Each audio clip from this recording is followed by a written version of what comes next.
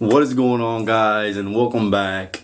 It's so crazy that it's already been 14 months already in the union, as a pipe fitter apprentice. And if some of you guys are new or, you come across this channel, I am basically just documenting my journey, as a pipe fitter apprentice in the union once a month. So once a month, I will come here and give you guys an update on what's been going on, what I've been learning.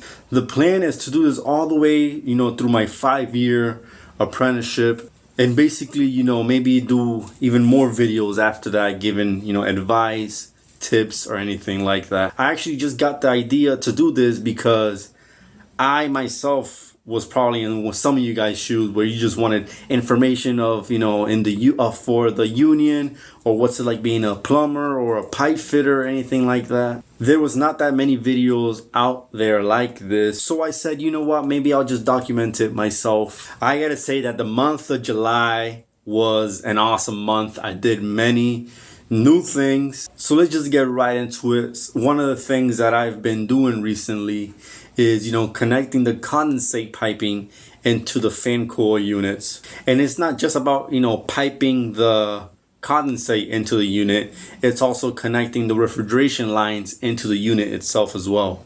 What I like about this is trying to figure out how you're going to create this candy cane effect from the condensate pipes all the way into the unit itself, because in a way you kind of have to create like a trap so the water doesn't flow back into the fan coil unit. Let me give you guys a quick rundown. So basically this unit will pump out water, and I'm basically just preventing that water that's getting pumped out doesn't get back into the unit. And sometimes I have to get creative with how I'm piping this, because sometimes there could be like a beam right here and I can't get the exact things that I want. I just have to look at it, figure out, and that's just the awesome thing about it. And the other lines I'm connecting into the unit are refrigeration lines, and these are kind of cool to work with because they could bend in a certain ways for you to fit this pipe into the unit.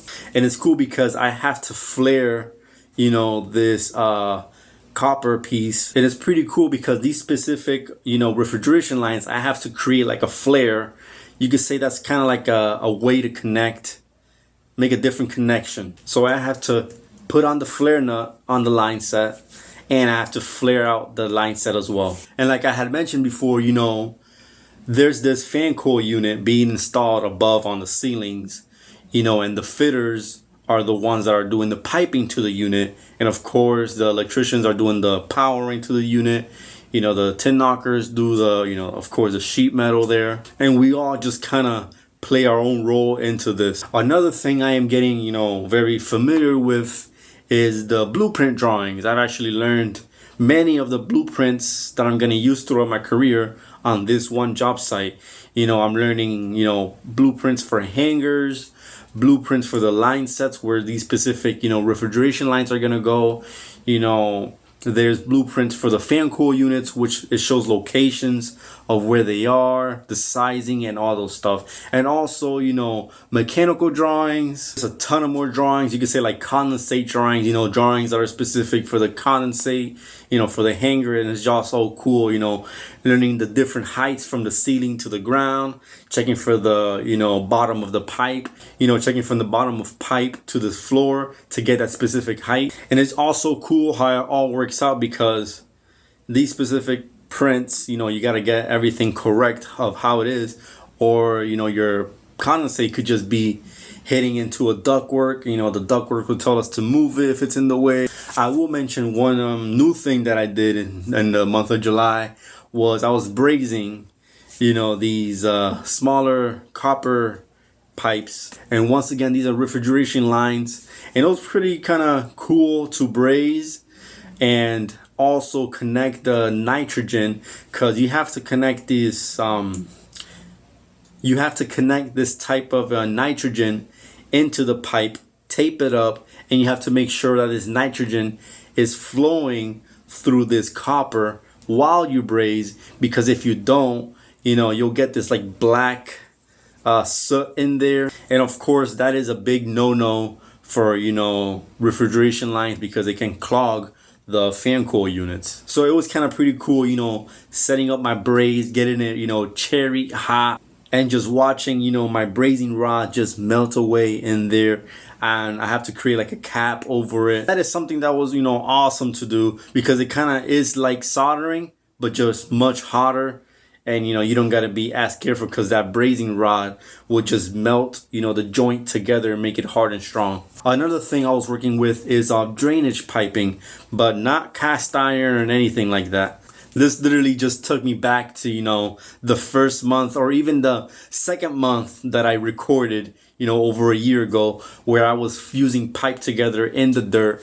But this time I was fusing pipe together, you know, in the dirt, you know, in a building, fusing drainage pipe together. And to give you a quick rundown of what fusing is I'm basically heating plastic piping for a certain amount of time. I'm like heating it up, and then it just, after a bit, you know, I crimp it down so it stays together, so it all just becomes, you know, one piece. So, you know, this was something awesome to work with, you know, because it really took me back to, you know, when I was doing the geothermal. Another thing that I did was put out these clean outs that have to be flush with the ground. So I had this clean out coming up from the ground. I had to, of course, get my measurement and get it flush with the ceiling for when the concrete comes in and gets poured in. This all ties in, you know, because we were working with French drains. These French drains were going to be installed, and we had to make sure they will be flush with the floor. So when the concrete comes in, it would just basically wrap around the French drain and, you know, harden like that, perfectly flush with the ground. And of course, I gotta say, that was a whole like new learning curve, and it was awesome just getting out there in the field, doing the work. Basically, you know, after we did all that, we tested it, it passed inspection, and we moved on. And also, let me mention that I've also have been working with bigger pipes, bigger hangers. These hangers are like 16 inches, you know, hangers on rollers, and this pipe is like, the max was, I believe, 8 inches of the steel piping. And it's awesome because we have to use this roustabout that basically just lifts the pipe for us into the hangers, and it's just so awesome to get into that. I was also working with a welder who, you know, taught me some tips and tricks, you know, how to get the pipe flush exactly how they wanted. And he gave me like a little trail run where he told me, you know what, set this pipe up for me, level it out, and I'll be right back. So of course I leveled the pipe, you know, I got it close as possible. He was said, oh, okay, that looks great, and then he welded it. Now I gotta say, that was awesome to get into as well. So let me give you guys a quick rundown. So of course I still been working, you know, with fan coil units, connecting the condensate and of course the refrigeration lines into these fan coil units. I've been getting familiar with a lot of blueprints, many types of blueprints, like hanger blueprints, you know, the condensate blueprints, line sets, mechanical drawings, all those. I also got some brazing done, you know, connecting the nitrogen into the pipes. And lastly, of course, I was working with some drainage piping, you know, making the cleanouts flush with the ground when the concrete gets poured, and of course working with the French drains as well. That is all I have for you guys today. We'll see you next month, and of course, if you guys have any questions, let me know down below in the comment section. But for right now, guys, have a blessed day.